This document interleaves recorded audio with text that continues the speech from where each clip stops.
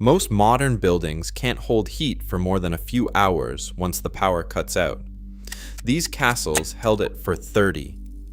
800 years ago, medieval builders raised stone walls 3.5 meters thick, with no furnaces, no fuel lines, and no electrical grid, and the people inside stayed warm all winter.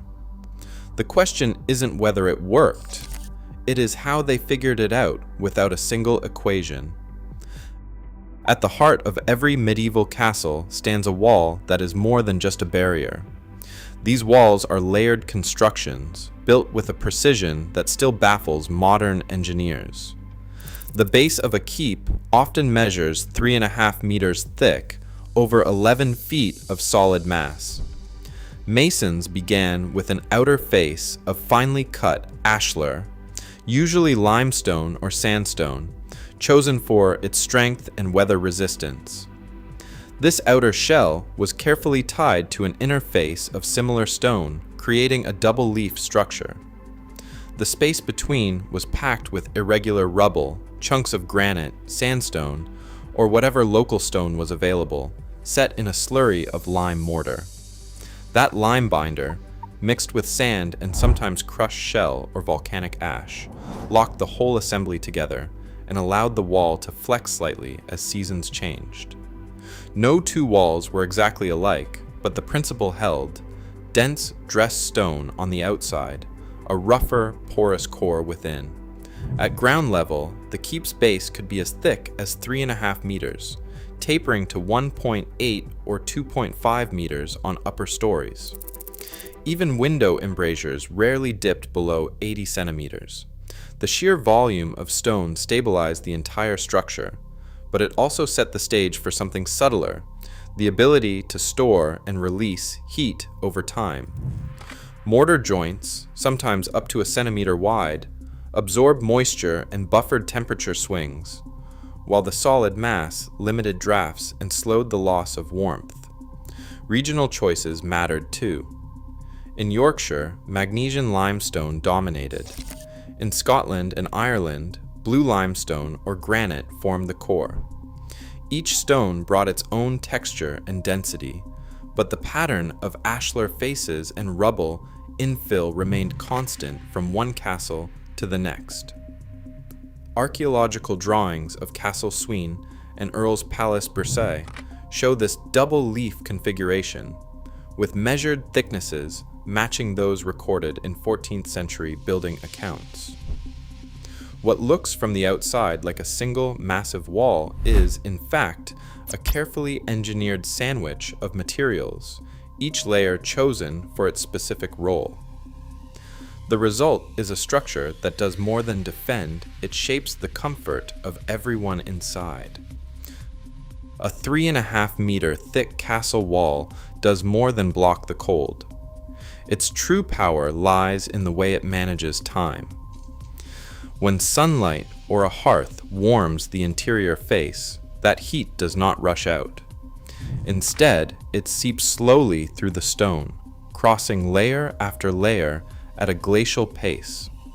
Scientific measurements reveal that for a typical keep wall with a 3.5 meter core of granite and limestone ashlar, the delay between an outdoor temperature change and its effect on the interior is about 30 hours.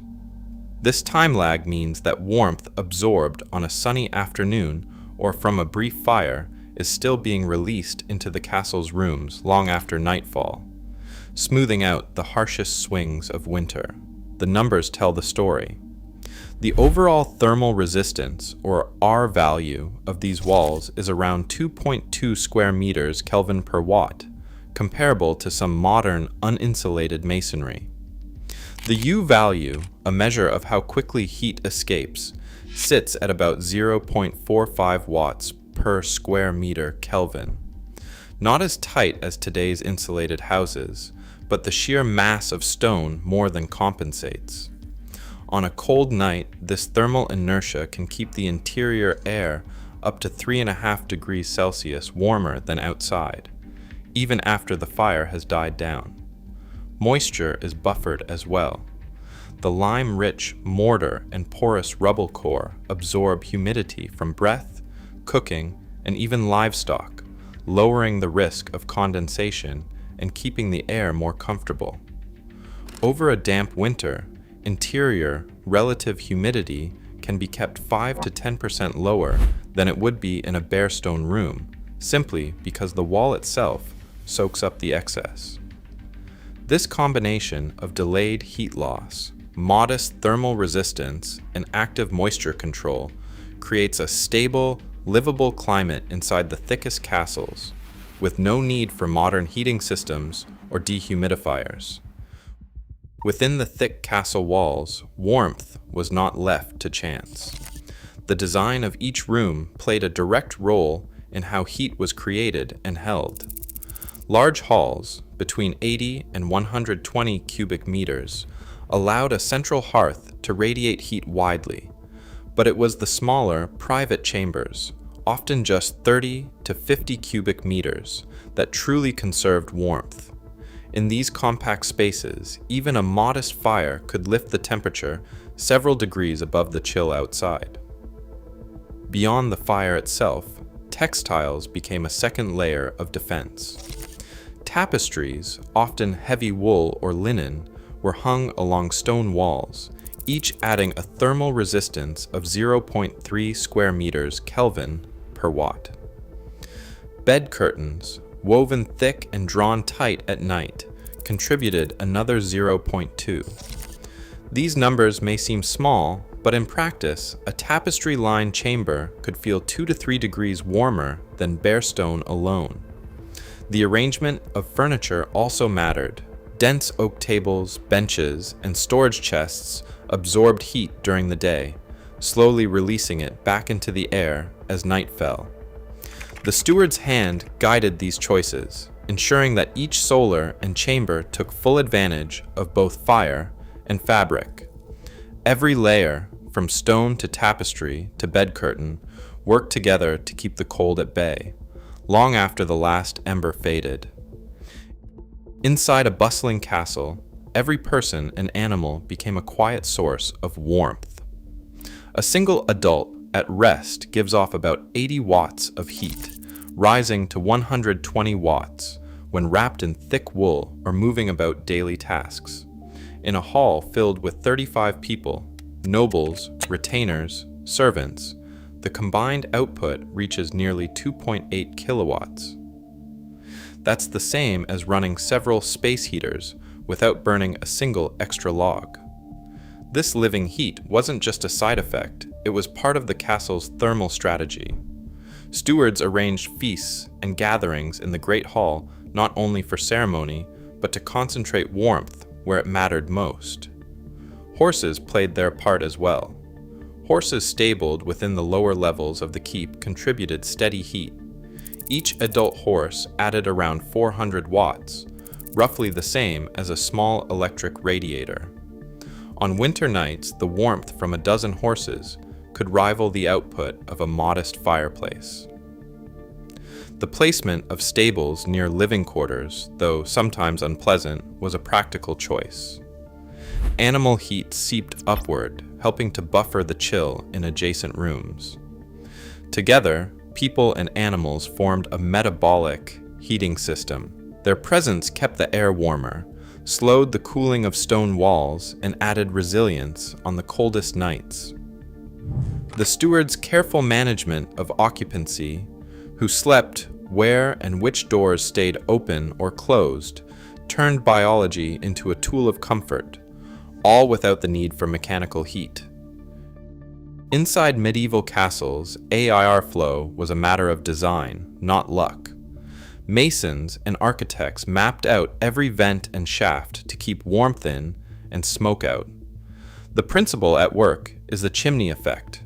Warm air from a fire rises, pulling cooler air in and creating a steady draft. In castles, this draft cleared smoke from living spaces and pushed warmth through adjacent rooms and upper floors. Stairwells and service corridors became hidden air routes, while small floor vents fed fresh air to the hearths. Vertical shafts, sometimes carved into thick stone walls, guided smoke and stale air upward. The main stairwell often doubled as a chimney, especially when a central hearth sat below an open shaft. Gravenstein Castle's 14th century retrofit added a wall fireplace with a 4.2-meter stone flue, channeling smoke outside. Tests there found a modest fire could create a 7 Pascal pressure difference, enough to draw air gently through the stairwell and out the flue, without chilling drafts. As wall fireplaces replaced open hearths, heat could be directed to specific rooms, while stale air and smoke escaped efficiently, leaving the air clear and warmth lingering. Thermocouple arrays and infrared imaging have made it possible to measure exactly how well medieval walls hold onto warmth. In one recent experiment, a vertical string of thermocouples was embedded in a castle wall 2 meters thick. As the fire in the Great Hall burned down for the night, the temperature readings showed heat moving through the stone at a glacial pace. Even 12 hours after the fire had faded, the inner wall surface remained several degrees warmer than the air outside. Nighttime infrared scans revealed glowing stripes along the wall, clear evidence of stored heat radiating back into the room. To test these findings, masons and building scientists built mock-up wall panels using reclaimed medieval stone, lime mortar, and rubble.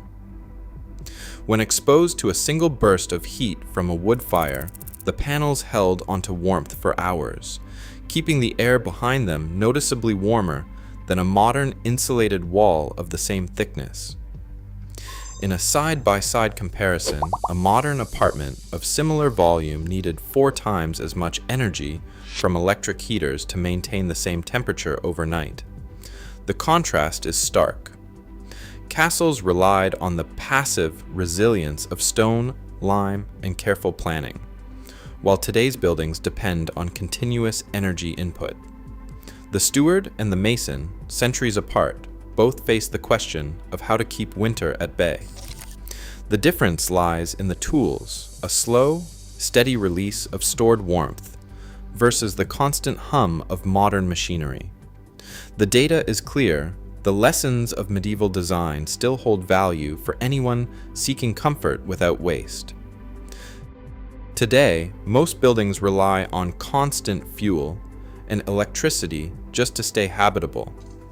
As energy costs and climate risks rise, the wisdom behind medieval passive design grows urgent. These ancient walls remind us, the most sustainable comfort often comes from how we build, not what we burn. Thanks for watching.